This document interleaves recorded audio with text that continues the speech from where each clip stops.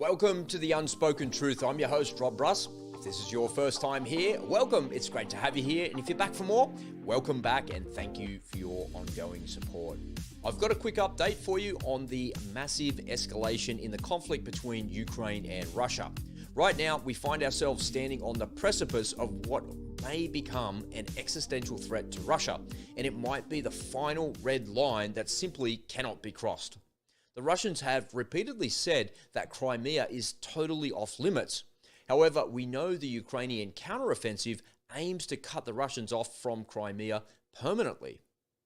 This escalation will see all sides wading into unknown territory, and if the Russians are to be believed about their so-called existential threats, their red lines, and especially their nuclear doctrine, it may be an escalation to the nuclear level.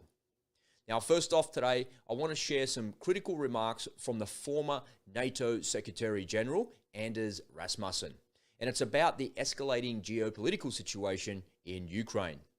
Rasmussen stated, if NATO cannot agree on a clear path forward for Ukraine, there's a clear possibility that some countries individually might take action.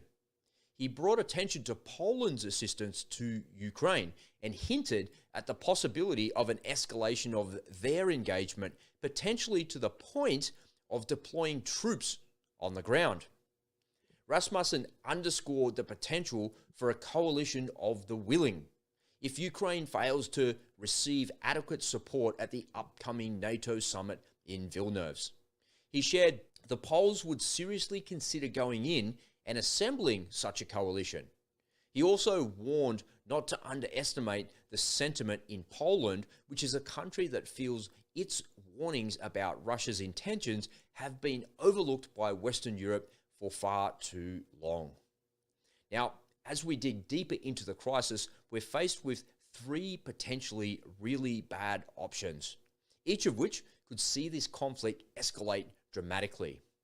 Now, the first possibility is that NATO may extend a security guarantee to Ukraine. However, this seems to be very unlikely because this move would see the alliance have to get directly involved in the conflict.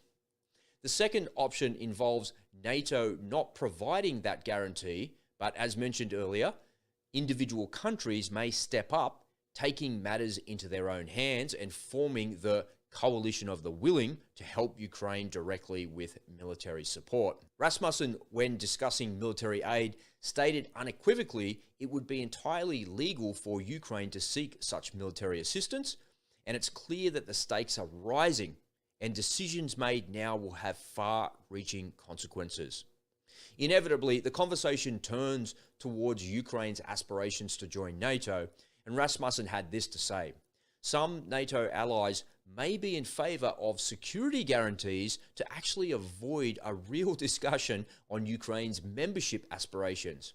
I don't think that's possible. The NATO issue will be raised at the upcoming summit in Vilnius. It appears there are several Eastern European leaders who would support a clear path for Ukraine towards NATO membership. The third and perhaps most dangerous option arises if the Ukrainian counteroffensive proves to be successful in isolating the Russian military in Crimea. This situation would likely trigger a further escalation by Russia, potentially raising it to the level of a nuclear confrontation. Rasmussen issued a warning about the dangers of leaving Ukraine in a prolonged wait for NATO membership. He stated, "History showed it was dangerous to leave Ukraine in the NATO waiting room indefinitely." He proposed that even if an invitation to join NATO couldn't be extended at the Vilnius summit, the possibility of an invitation to next year's summit in Washington should be on the table. Finally, Rasmussen dismissed the argument that Ukraine's path to NATO membership must wait until the war is over. Now, turning to the latest developments on the Ukrainian counteroffensive. Following initial setbacks where Ukrainian forces reportedly lost 4 Bradley fighting vehicles and 2 Leopard tanks, it seems the tide might be turning.